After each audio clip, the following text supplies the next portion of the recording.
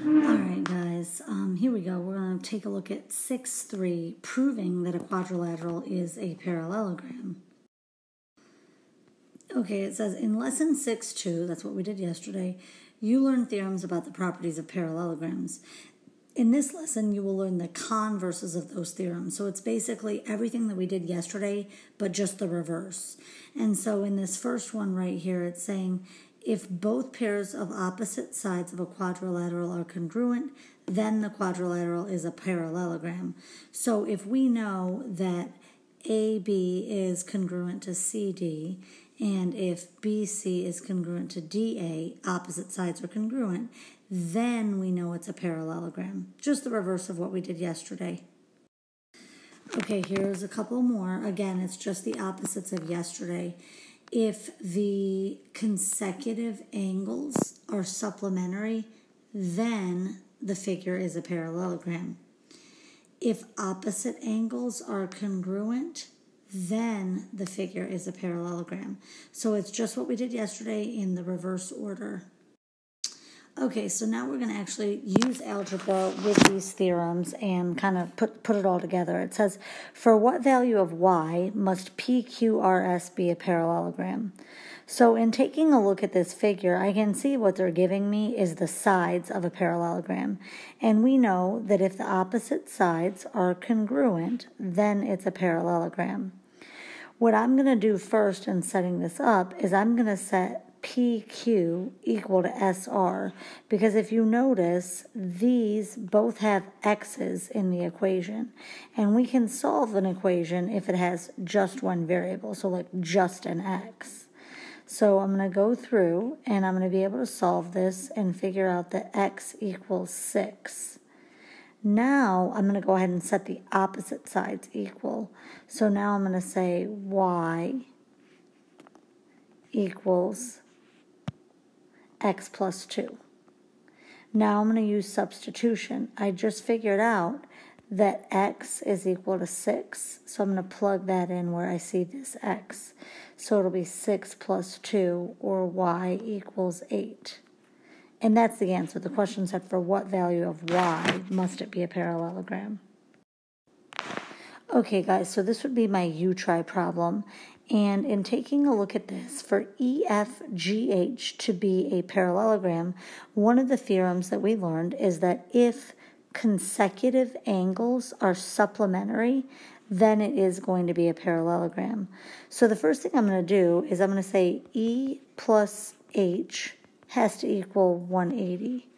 So we'll say 3y minus 2 plus y plus 10 equals 180. If I combine like terms, 4y, and then I've got negative 2 and 10, so 4y plus 8 equals 180. We'll get 4y equals 172. When I divide by 4, I'll get y equals 43. So that's half of the problem. Then from here, they want me to solve for x, so I've got to kind of keep going. I also know that, the other consecutive angles, y plus 10 and 12x plus 7, those would have to equal 180. So I'm going to go ahead and set that up. Now we know y is 43, so I'm just going to go ahead and plug that in and continue to solve and combine like terms. So 43 and 10 is 53, 53 and 7 is 60. Okay, just trying to get x alone. And we get x equals 10. And that's exactly what they wanted. They wanted x and y. Okay, guys, so here we go. Another converse. It's now saying that if the diagonals are congruent, then the parallelogram, or then the figure is a parallelogram. Remember, we had learned yesterday that if it's a parallelogram, then the diagonals bisect each other. So this is just the reverse. Okay, we've got another one. This one is talking about if one pair of opposite sides of a quadrilateral is both congruent and parallel, then it is a parallelogram. So this is a little bit different than what we talked about yesterday. If you have a pair of sides that are two things, congruent and parallel, then the whole thing is a parallelogram. All right, guys, on problem 2, they're basically just asking us, do we have enough information to prove that this figure is a parallelogram? So in our first one, we're given that AB is 5 and CD is 5. So I see already a pair of opposite sides that are congruent. That's on the right track of a parallelogram. We're also given that the angles, A is 50 degrees and D is 130 degrees. And what we're trying to do is prove that ABCD is a parallelogram. As we read the explanation, it's saying, yes, same side interior angles, A and D, are supplementary, so AB is parallel to CD. We were given that AB is congruent to CD, so then we can conclude, yes, it is a parallelogram. Now, we're going to take a look at a non-example next. If you take a look down here, it's given me that HI is congruent to HK, and then it's also saying that JI is congruent to JK. Is that enough to prove that it's a parallelogram? And in this case, it's no. Right now, we don't have opposite sides congruent. We have consecutive sides congruent, and that's not one of the characteristics of a parallelogram. All right, guys, we're going to take a look at a couple more of these. So, again, can we prove, so here it's on the first one, given EF is congruent to GD and DE is parallel to FG, could we prove that that's a parallelogram? What do you guys think? The answer is no, we cannot. The reason why is because to be a parallelogram, you have to have one pair of sides that are parallel and congruent. Right now we have one pair of sides that's parallel, one pair of sides that's congruent, but you'd have to have both be parallel and congruent together. So in this case, it's a no. Okay? Moving on to the second one here, we have a couple of congruent angles, ALN, DNL. Also, ANL is congruent to DLN, and they want me to prove that land is a parallelogram. Could we do this? What do you guys think? This one's a yes. Here's the reason why. We have the angles that were given to me congruent.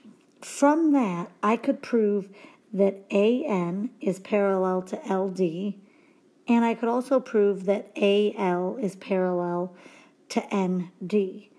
The reason is that these guys inside, this one and this one, and this one and this one, are alternate interior angles that are congruent. If alternate interior angles are congruent, then the sides are parallel. So because of that, yes, land is a parallelogram. All right, guys, last example, problem 3. It's giving me like a real-world scenario with a truck lift sits on the platform of a vehicle lift. 2 moving arms rise the platform until a mechanic can fit underneath. Why would the truck always remain parallel to the ground as lifted?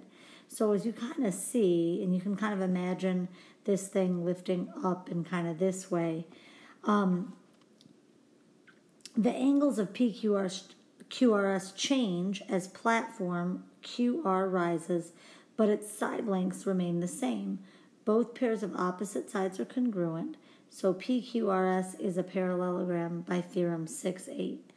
By the definition of a parallelogram, PS is parallel to QR. Since the base of lift PS lies along the ground, platform QR, and therefore the truck will always be parallel to the ground. Okay, another truck one here. It says, what is the maximum height that the vehicle the vehicle lift can elevate the truck? And explain. Well, if you take a look, it's basically doing the same thing. It would start off at the ground, kind of lift up this way. So they're kind of wanting to know when it gets completely vertical, what's the height that it's going to be. And it's going to always be 6 feet. this lift, these legs of this lift never get any bigger. It just is moving around, basically. So the maximum height is going to be 6 feet. All right, folks, so here it is, in summary, everything that we've talked about, how we could prove that a quadrilateral is a parallelogram. So this is just a nice summary. We have to know that opposite sides are parallel, opposite sides are congruent, consecutive angles are supplementary, opposite angles are congruent, diagonals bisect each other, and you need to have one pair of opposite sides that are congruent and parallel. All right, guys, so you made it through yet another fabulous Explain Everything lesson. The homework today is the 6-3 practice. We're going to do all of them, 1 through 19 all. I should be back tomorrow. I hope you guys have a great day. Email me with any questions.